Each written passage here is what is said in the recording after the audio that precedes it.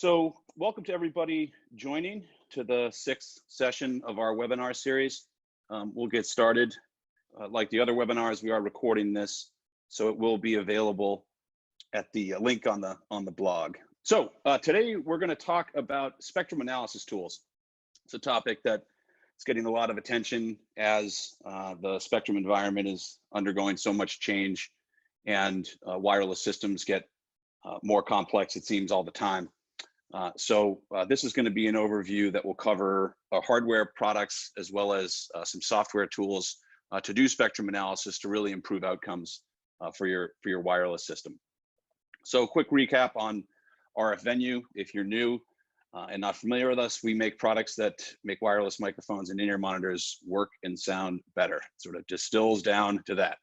The backdrop for what we're doing is more devices competing for less available spectrum. So what are some tools, what are some techniques, what are some workflows that can address this issue, and how do we make those practical and easy to use? And so our broader product offering is sort of split into three groups: remote antennas to interface with wireless microphone and in-ear monitor systems, signal distribution products to move those signals around to distribute across receivers, transmitters, or distributed antenna systems, and then spectrum analyzers and software. And that's what we're going to be focusing on today. And everything we do is cross-compatible with all of the leading wireless brands that people are familiar with. And so, the interoperability of what we do is very much important, and also extends to spectrum analysis, because the RF spectrum affects every brand, every device. It doesn't matter, what you're using or combination of products that you're using.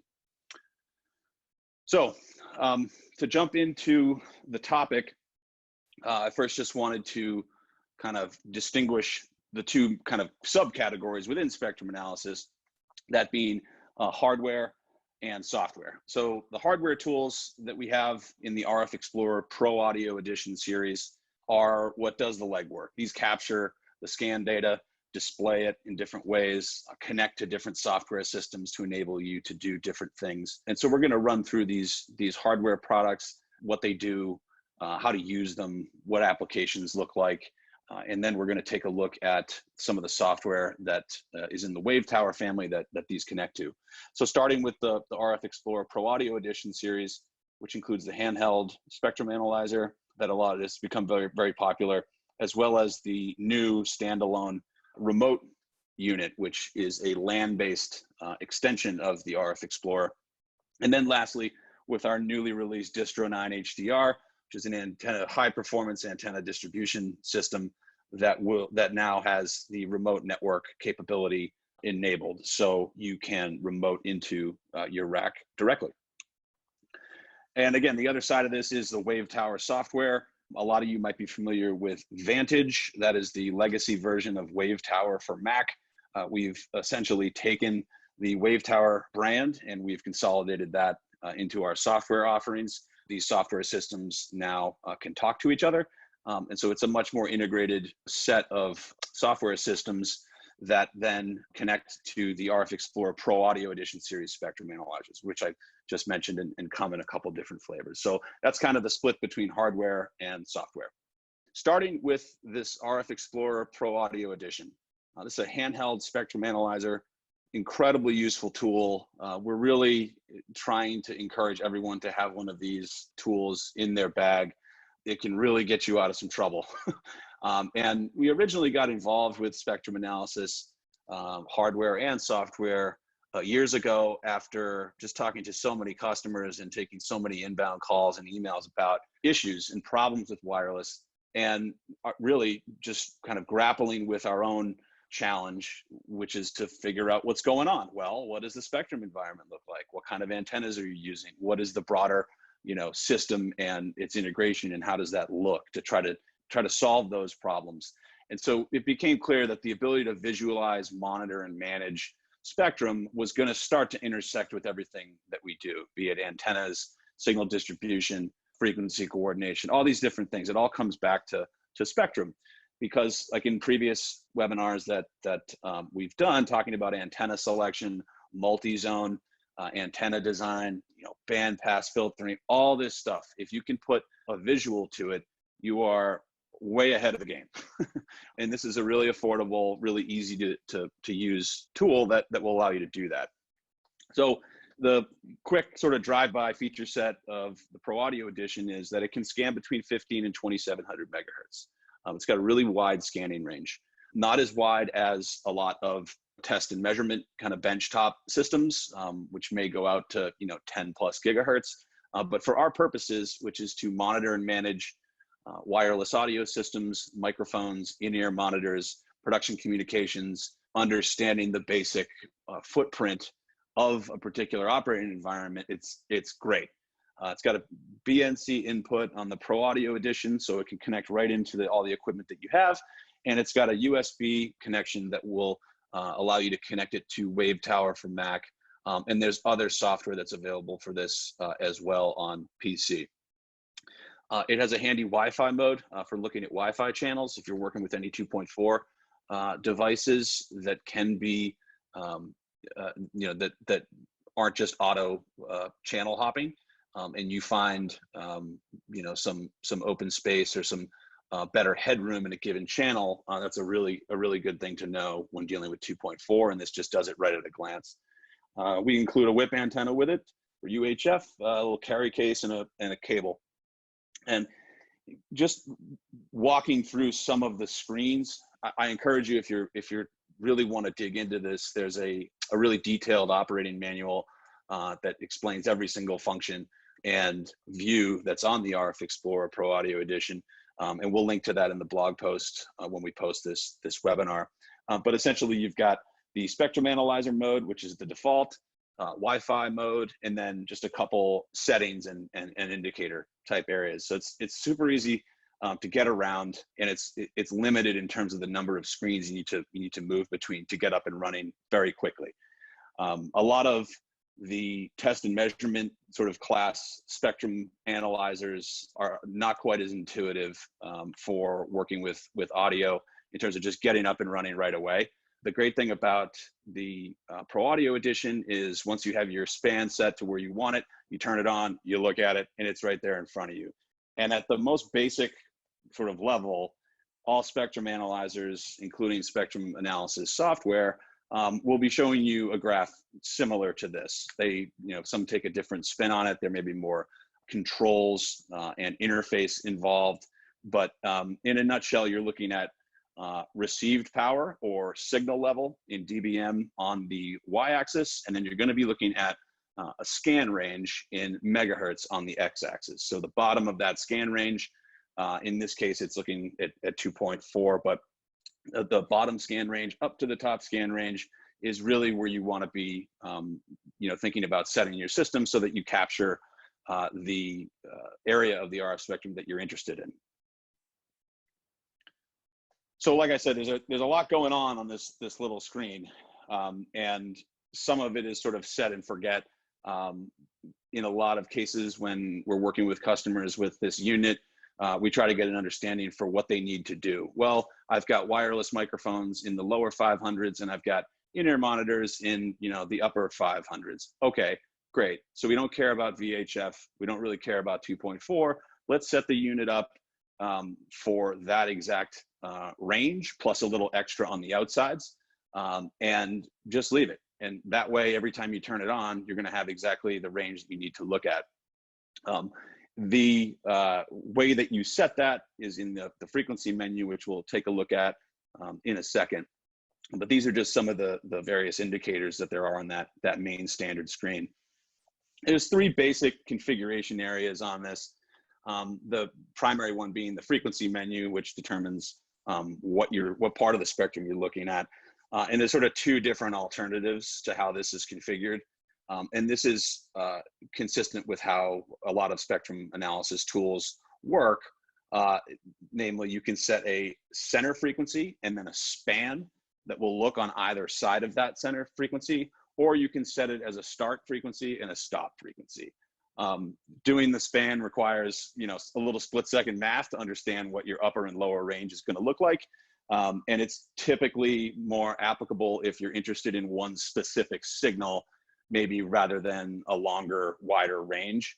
But either way works. It's sort of, you know, whatever your preference is. I typically go with start and stop frequency because the operating ranges for our wireless systems sort of follow the same values, right? So if you've got, you know, Sennheiser A range or a, you know, Shure, receiver that's got a different range, you can kind of follow that same process to make sure that you're looking at the right range. The attenuator menu, this is where you can configure some different things, max holds, averages, if you're trying to set it to sit for a while and try to capture interference or various sources that are going to come in and going. That's where you can do some of that. And then the configuration menu, which is sort of, you know, backlight, baud settings, that kind of thing for the USB connection. And just a quick note for the USB connection to the Wave Tower software, you're going to want to have that set at 500. So that needs to be set that way. The Pro Audio Edition RF Explorer has some more stuff under the hood in the attenuator menu. There's basically like an input function where you can change the signal chain for the scans to either go through attenuation or an amplification stage. So if you're kind of digging in the noise for a really low signal, or you are on top of something that's really strong and may, you know, overload the device or otherwise kind of make the data harder to work with, you can either attenuate it or amplify it using that function. Another really useful setting on the Pro Audio Edition is presets, which is relatively new to the RF Explorer platform, but it's a really great addition because if you, let's say if you're an integrator and you do a lot of wireless microphone installations, you might be working in lots of different frequency bands. You could be doing some VHF systems, you could be doing UHF systems, you know, 900 meg band stuff, whatever.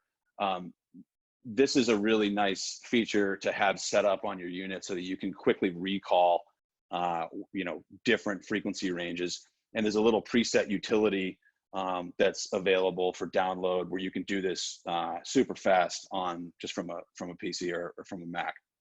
So setting up the presets, you know, giving them names for different ranges can be a handy thing to have. So how do we use this thing? Well, the number one piece of advice we try to give people when they're working with this tool is to hook it up directly to your wireless microphone system. This is a way to ensure that you are going to be capturing the data that is going to be seen exactly by your receivers. If you have a separate antenna on it, like the included whip antenna, there's plenty of reasons to use that if you're kind of walking around a venue or trying to understand maybe where interference sources is with the directional antenna connected to it. This is a way of just getting a baseline. Okay, what am I seeing and what are my receivers seeing? Because ultimately that's what we care about. We want good, clean, strong signal at each receiver to ensure that we reduce or eliminate signal dropouts and we stay out of the way of any potential interference sources.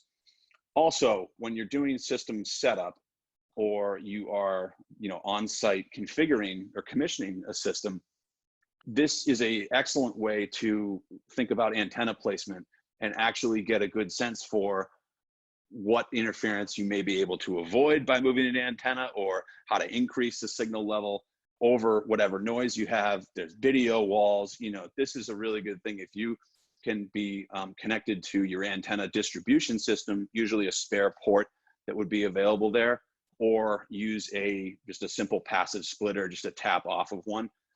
This is a really good approach to make sure that you have a good understanding of what the operating looks like for your receivers. And so we tend to tell a lot of folks that are doing setups that, you know, okay, have one person looking at the spectrum analyzer and then start to move the antennas around. In this case, we have a diversity fin antenna connected to it. And you will see in a lot of cases, dramatic differences in performance by moving an antenna 5 feet in one direction because of the complexity of multipath and other other considerations. The real advantage for this unit is when you connect it to software. The software, the Wave Tower for Mac desktop software works really well with it, and is super easy to use, and it essentially takes over the control and the brains of the device. So you're no longer pushing buttons on the RF Explorer, you're pushing buttons on your Mac, but there's a whole range of other things that you can do once you're in the software realm that are just not the same and are not possible in the hardware side. So moving on to the newly released RF Explorer Pro Audio Remote. This is a sort of evolution of our previous Wave Tower hardware. If you're familiar with that, this is a standalone spectrum analyzer that captures the scan data and connects to the Wave Tower cloud platform so that that scan information and that spectrum data can be remotely accessed from anywhere. So this is going to scan the same range as the Pro Audio Edition handheld. You can kind of think of them as cousins in a way. This will do 15 to 2700 megahertz, has the BNC input on it. And if you patch this into your distro, you now have a cloud-enabled antenna distribution system. So two common workflows with these involves either having it there in a fixed installation so that, say, a remote technician, or if you have like, multi-campus churches or, a higher ed facility where you've got lots of different venues, you want to stay on top of your systems, these would live with the rack, connected to an antenna.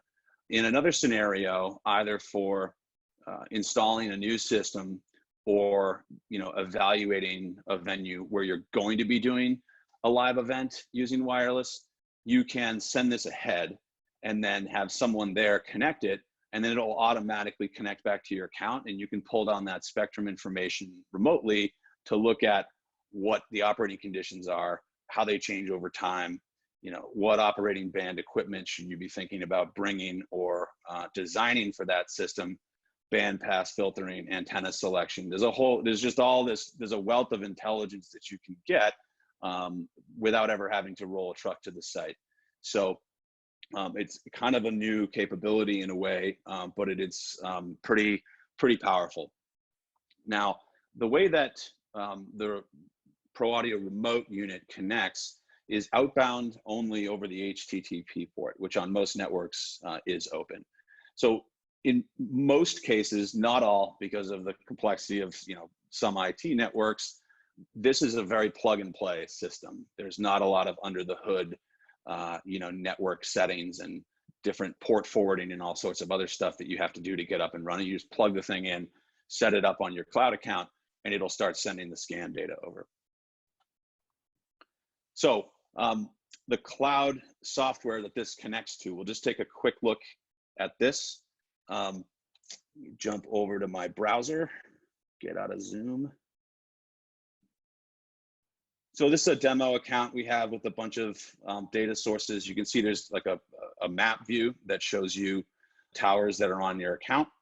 And then there's a list view under that that gives you locations and other details on these specific towers. So the towers that are green are active and sending scan data to the service. The units that are, the remote units that are in green are sending data, and the red markers indicate remote units that are offline. So they may be on a shelf, the network may be down, they're not connected and sending scan data. And then the blue tags denote a public tower, which is a setting you can turn on, which enables anyone with a Wave Tower login to access your device and work with the scan data. They can't change any settings or add users or anything like that, but it's helpful if you're a venue or you are, need to facilitate production teams that are coming through. You can just have a fixed unit that has public access, and then anyone with a login can come in and work with that data remotely. Again, that's something that you add on or that you switch on afterward. So if you have your Pro Audio remote unit, you take it out of the box, you set up your account on rfvenue.com/wavetower, and then you come in and you click on New Tower, and here's where you add the name, the name for the remote unit, as well as setting the time zone, and then the unique identifying number for the system is that device's MAC address, which is on the unit, and will help it form the handshake when it dials out to the cloud to start sending the scan data so it goes to the right account. This is where you can set to public or not, and this is also where you put in the location, which will place it accordingly on the map. The scan range settings down here, this is the same as the RF Explorer frequency, scan range setting, where you set a lower and upper boundary, and the max and average hold time, which we'll look at in a second, can be configured between 6, 12, and 24 hours, depending how long you want to capture that data. So it's super easy to set up. There's another function in here where you can upload a scan. So even if you don't have one of these devices, but you want to post a scan to the platform, you can do that easily here by giving it a name, putting in the source used. It could be an RF Explorer Pro Audio handheld unit where you exported a scan, and then you're putting this up onto your account, and then the location. And so it's easy to just grab a static view as well. Now, from this screen, you can click into these various sources, and I've got some tabs open here just to save time so we're not waiting for pages to load and everything. And so here is one in New York. This is Citi Field. This is where the Mets play. You can see this frequency span is set from 470 to 608. And then we've got our signal strength y-axis here on the left, indicating the signal level of these various sources. So what do we do with this data? What are the actions we kind of want to take from seeing this? Well, the first thing we can get a sense of when we're looking at a spectrum analyzer, be it the cloud version, the software version, on the desktop or the handheld, is to understand the noise. How much noise is there here? What does the noise floor look like? And then we can start to step through different ranges where there may be white space, areas that we should maybe steer clear from. And you can see here at the baseball park, we've probably got a good line of sight out to the sky here. And we're seeing the DTV stations that are in that area pretty closely packed together these days. And then, some more noise way up in the lower 600s. And then we've got some transmitters that look like they're active here, minus 40 dBm signal, fairly strong. And then we've got, some activity down here in the upper 400s. And then we've got some white space here between 520 and 530, and some other ranges in here that we, might consider placing transmitters in or coordinating sort of with a goal of landing frequencies that are in this range. So if we jump around to some other sources, this is one that's public out in the University of Utah. You can see the scan data will come through approximately every 8 to 10 seconds, and the speed of the scan or the rate at which it's coming through to the cloud is going to be a function of a couple variables. The primary one being the width of your span. So if we're looking 400 here to 800, that's a pretty good that's a pretty large range. So that means it's going to pull a large number of data points, which takes longer to come through and process. Whereas if we were looking at a much narrower range, say back at Citi Field, where we've got 470 to 608, a little more than 100 megahertz, those are going to come through with more frequency. It's not meant to replace a real-time spectrum analyzer with a screen in front of you at the facility. This is really about capturing data over long periods of time and doing things that we can't do on site, like look at historical activity, looking at prior days, hours of data, say for, churches, understanding the spectrum on Sundays consistently from week to week is really valuable. And I can't tell you how many churches we work with or integrators that are in that world where they go in and they coordinate the system on Tuesday and everything's dialed in, it looks great.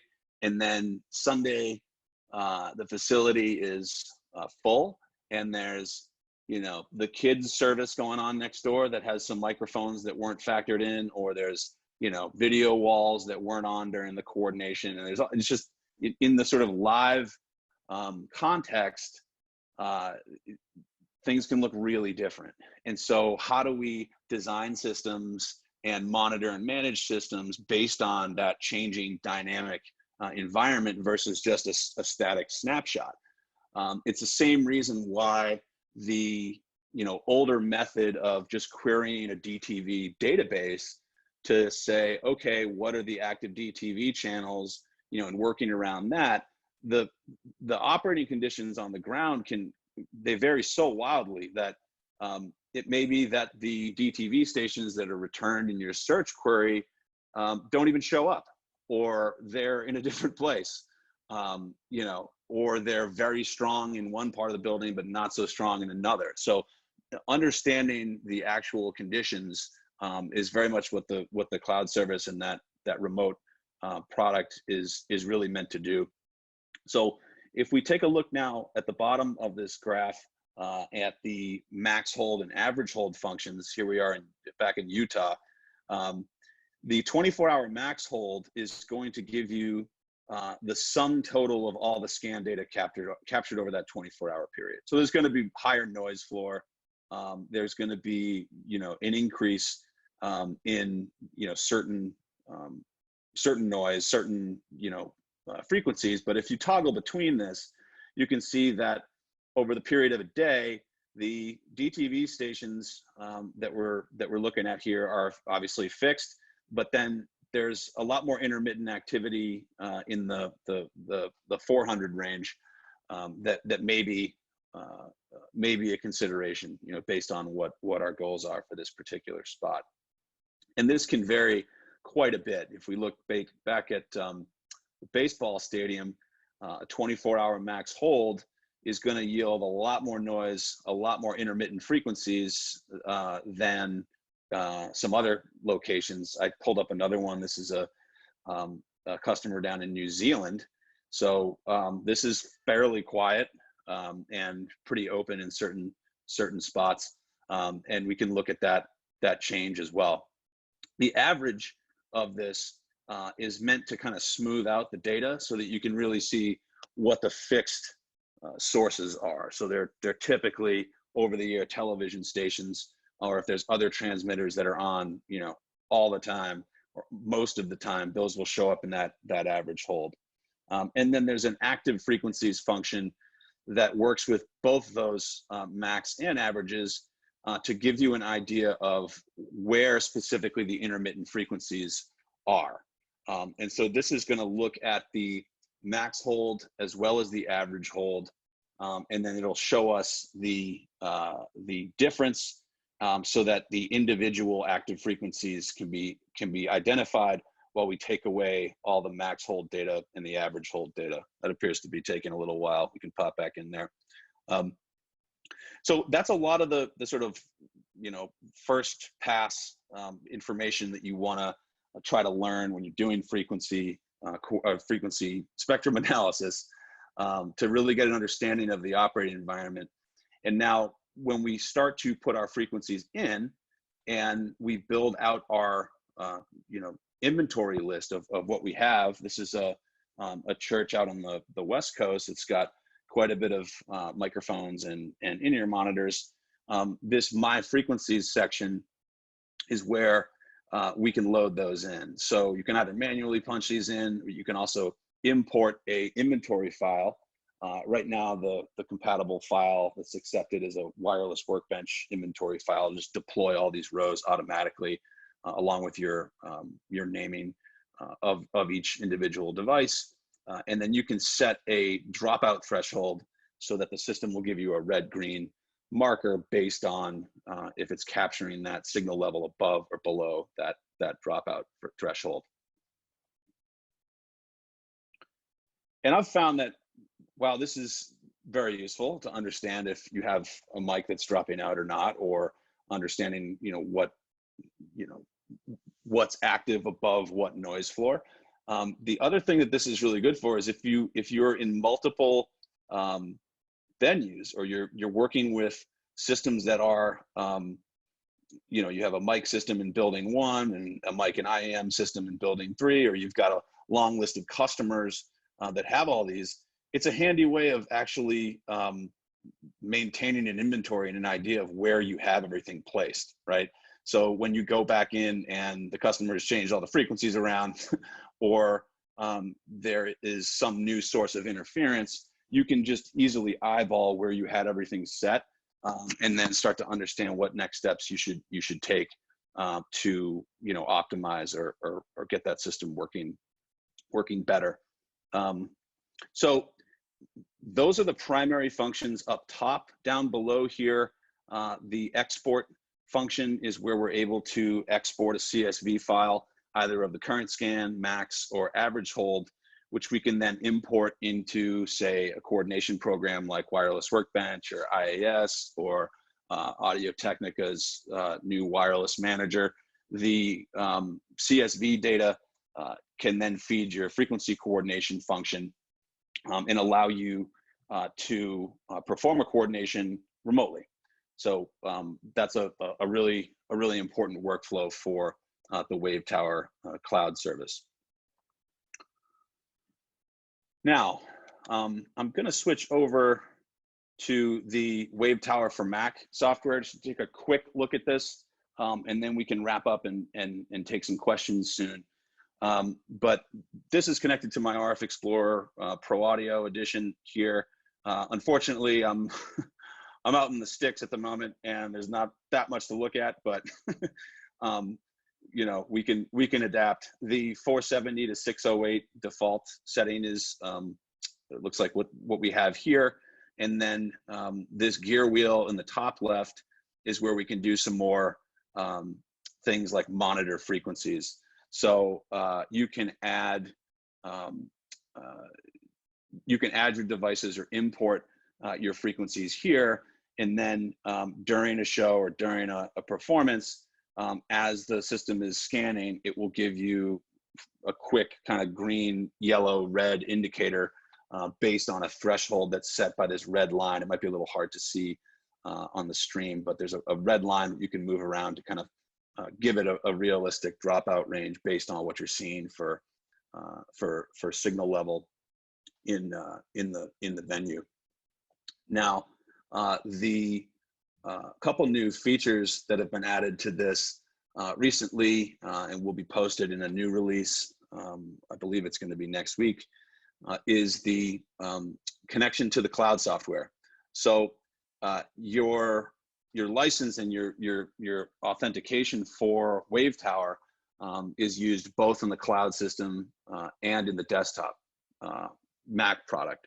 So when we launch Wave Tower, we log in, and if we want to capture the data from the Mac desktop application and send it to our cloud account, we can do that over the Wave Tower API by simply filling in our location, and those scans will start to accumulate in the Wave Tower cloud account. So if you're going from venue to venue, or you have shows that you're doing, you can go back and access that scan data in a nice clean way on the browser side of things to reference as you head back into those venues.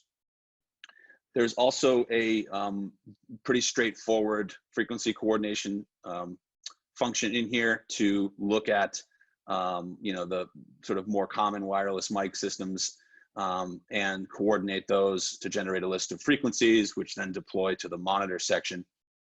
And then there's an export function, which, similar to the cloud function that we just looked at, this will generate a CSV, based on a couple different parameters you can set here, the scan range, how many passes, average, or a maximum of those. and you can use that data in your coordination software. And then lastly, there's a where is it? The waterfall view hasn't been running very long. Yeah, it's not really generating yet. There's a waterfall view, and then there's this new compare function where you can take one scan. It will sort of display in kind of like a ghost color that scan data, and then it'll scan again on top of that, which is really handy for things like placing antennas and looking at this location versus that location, or this source versus that source, just in a single click. So that is a quick tour. We're going to have more in depth on this online soon, of the Wave Tower for Mac. I'm going to jump back over to the presentation, and we can start to wrap up and go look at our last hardware piece in the spectrum analysis lineup that we're reviewing, the Distro9 HDR. So we released this product towards the end of last year. It's a really high performance 9-channel antenna distribution system in a single RU. It also has 2 zones of antenna coverage built in. So if you wanted to cover 2 separate areas with a pairs of antennas, that's easy to do. Just interface directly to those different inputs. And then it's got a really robust power supply that can power quite a few receivers and different accessories. Can also be powered off of a battery. So for the location sound, TV film applications, this is a really good unit for the cart. And so what we've done with Distro9 now is we have enabled that same cloud, Wave Tower cloud functionality that we were reviewing with the Pro Audio remote spectrum analyzer integrated directly within the distro. So it's a networked distro that will connect to the cloud service and send that scan data to your account. So if you are specifying or design installs and the remote function is enabling any service remote support, this is a really powerful piece of the overall wireless system design, so that your wireless system can be remotely accessed and managed. It also enables different models like managed services, so like support and service level agreements, those kinds of things, which are starting to become more and more popular as more audio-visual equipment systems come to the cloud and can be remotely managed. And then you could build really large systems off of this, with 9 channels and the ability to cascade from any of the outputs. You can do 17 channels of wireless mics, just 2 rack spaces, and have the primary unit have the remote network card function, and the secondary unit be just a lower cost regular Distro9 HDR. A cloud-based 17 channel wireless mic system is possible. This also has a really good spec across multiple ranges. So, the idea of working in both VHF and UHF, or having devices in the 900s is possible off of this one unit. So it's kind of more of a Swiss Army knife in a way than the more band range limited distros that are out there. So just wrapping up the managed services side of this, we've got a really great white paper. I will post the link to the blog. You can go check that out. Kind of walks through, what the business impacts are of going remote and, really making remote monitoring and management a part of, how you execute these projects going forward. So check that out. And then finally, the pricing on the software is a subscription model. It's $12 a month. You can cancel at any time. If you only need the software for a month, just sign up and you can end the subscription, or you can save 30% and buy a full year for $99. And there's no limit to the number of devices you have on this. If you are, say, building out a large managed service for the Distro9 or for the standalone remote, Pro Audio remote unit. And there's a free 14-day trial that I encourage you to go check out. You can sandbox and look at a lot of the public data, download the Mac application, play around with that. That's all available at rfvenue.com/wavetower. And final point, we are in a pre-sale right now for the remote, the Pro Audio remote unit, the standalone spectrum analyzer, as well as the new Distro9 with the network card. And so folks that take advantage of that pre-sale can get a full year of Wavetower for free, which is a $99 value. So feel free to shoot me an email about that. I'm just Chris at rfvenue.com. Or reach out to any RF venue dealer or distributor, and we can work to get that all set up. So that is the presentation on the Spectrum tools. I hope it was helpful, and I know there's a lot more detail, especially digging into coordination and deployment of frequencies, which is another topic we're going to be tackling in the future. But would be happy to open up the floor for questions now. Don, any jump out at you that we should take first? Yeah, I'd like to just add one thing before I give you the questions. Please do. There's a 3-part blog post on how to do a basic site scan. So if you go back to our blog, you'll have to go back. It's probably 8 or 10 deep back in it. There's a 3-part series in how to do basic scanning. Yeah, here it is. There it is. So there's a few parts. Anyway, yeah, so let's see. The questions there's a number of questions. Can you describe the difference between the Pro Audio Edition Explorer and other RF Explorers? Yeah, so the primary difference is the input connector being a BNC instead of an SMA. The Pro Audio Edition scanning range, that 15 to 2700, is available in a couple other RF Explorer options. One of the things that we're looking to do as the spectrum analysis product line evolves is to offer more differentiated feature sets, capabilities that will connect on a kind of firmware level. So there would be a wider array of differences, but right now that's the form factor and the input type is the primary difference, and the sort of overall look and feel of the unit. There are a couple other things. There is a built-in attenuator so that you can measure your transmitters. One thing you don't want to do with any analyzer until you absolutely know what you're doing is turn on, say, a handheld transmitter and hold it close to an antenna, trying to measure the power coming out of your transmitter. You will likely damage the unit. So the PAE has a switch down inside on one of those menus to knock it down 30 dB. Likewise, there's also a low noise amplifier. Should you wish to make measurements that are very, very, very low, there's a 20 dB line amp in there, so you can bring the measurements up. And then one other thing I want to touch on, when you use the unit, there's a high resolution mode in our Wavetower software that allows the data from the PAE to be exported with 4,096 data points.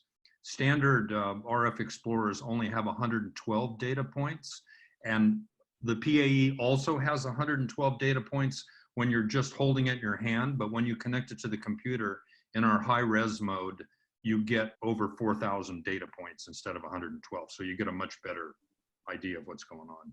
Yeah, good point. That was kind of what the questions kind of were around regarding the analyzer.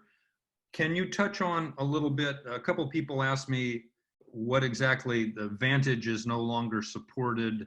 So people with an existing Vantage seat, can you tell them, you know, how they can continue to use Vantage, or what happens if they move over to Wave Tower? Yeah, sure. So the migration from Vantage to Wave Tower for Mac has, you know, it's been a big project. What we've done is we essentially froze the legacy version of Vantage. I don't have the number off the top of my head, but that is still available. If you want the legacy version of Vantage, it's just no longer available for sale, and it's no longer supported. So if you want to keep using Vantage with your, you know, original, you know, purchase and license key, and, you know, you switch laptops, or, you know, you lose a laptop or whatever, just contact us and we can still keep you up and running. If you do sign up to check out Wave Tower, when you sign up, there is a email and a sort of little note that links to that legacy file as well. So that is still out there. It just doesn't have any of the new development that, you know, we've been working on. In terms of access to Wave Tower, the subscription model, if you are a Vantage, if you bought Vantage, then you are essentially grandfathered in to Wave Tower for the period of a year. And if you are in that category and you are having an issue getting a login, email me and we can help you get set up. It's a matter of sort of like using a password reset kind of workaround to get your login, which is already on the Wave Tower system, authenticated. But we'll have a little write-up and a how-to on that soon. Can you describe the difference, if any, between the old Wave Tower and the new Wave Tower remote? The old Wave Tower towers, people that already have those are asking what happens differently. Yeah, so those are still supported. I do see some questions around that. Those aren't going to, you know, go away. And in fact, the new features that we, you know, are always developing for that system are automatically deployed across the entire range. So the old, quote unquote, old Wave Tower units can continually be refreshed and access the same capabilities as the new remote one. There isn't like a cliff between those two. In terms of the functionality of the device, the primary difference is the GPS is not in the new remote unit. So the system is not going to auto-locate its position and deploy that automatically to the map. It's going to be, it's address-based going forward. So that is the primary difference, and the newer units are a little less expensive because of some of those changes. You skipped over, and I got a few questions framed a few different ways. But could you show on the Wave Tower how you export the data .csv so that you can load it in Wireless Workbench or others? Yeah, you simply go to the source page for the data you're working with. Here we're back in Utah here. You go to the bottom, and let's say we want to export this snapshot. You just click export current scan. It downloads there to the browser, and then if we have that on our desktop, you know, this is that data in a familiar 2-column CSV, so that you can go into Workbench and import that scan. Workbench wants to see this version. You can't add a bunch of stuff for different columns in here. It won't go. So I don't really want to pull up Workbench and go through that workflow entirely. We've got some videos on that. But basically from the, I believe it's the coordination tab in Workbench, there's a small icon on the left that is import scan. And then you just point that to this file, and it will load right into Workbench. Sorry, I just didn't build that into the presentation. and can you show it on the laptop version? Yeah, so on the Mac version, you're going to go up to the gear icon, which is where, you know, monitor coordination export is, and we'll do a single scan scan and export. This is going to perform our scan of dead silence here in the woods. And once that's completed, Mac OS will prompt you to save the file, and it's the same format that we just looked at with the cloud-based export. Okay. Also questions, what are the possibilities of a PC version? So, we and there's the save right there. So if let's just complete this.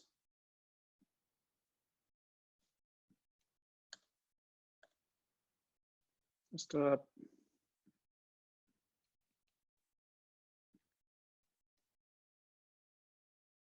I'm full screened. Sorry, it's in there. The CSV. Yeah. Will there be a PC version for Wave? PC version, yes, of course. So we are working on a way to port the Mac version to the PC.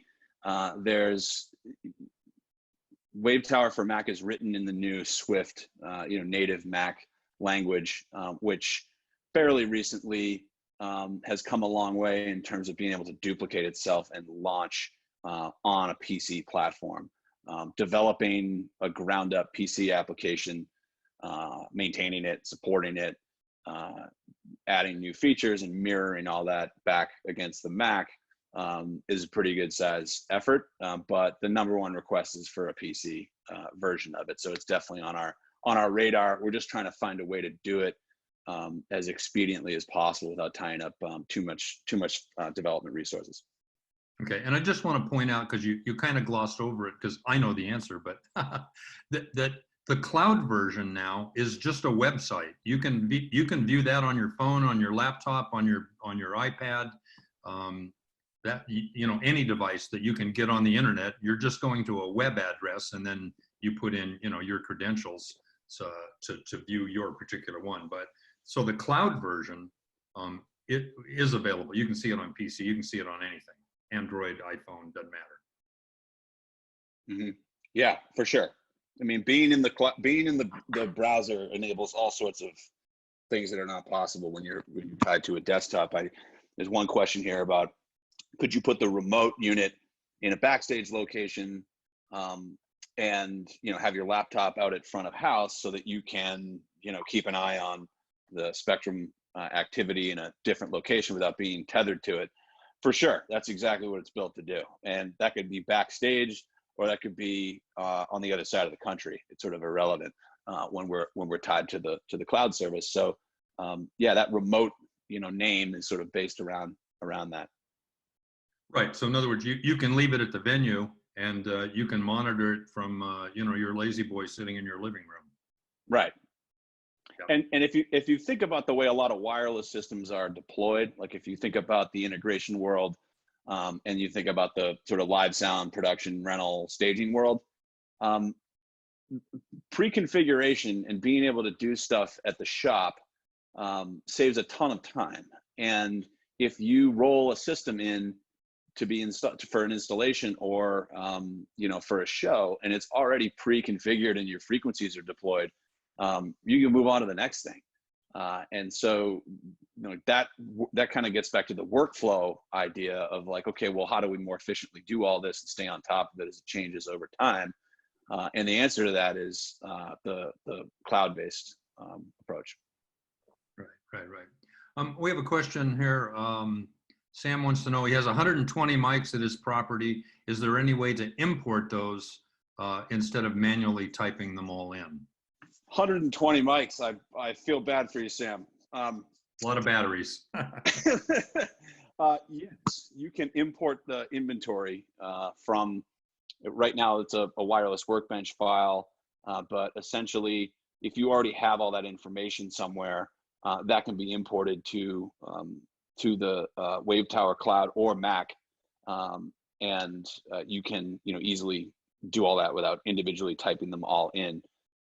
So that import frequencies is an important one for monitoring and for management.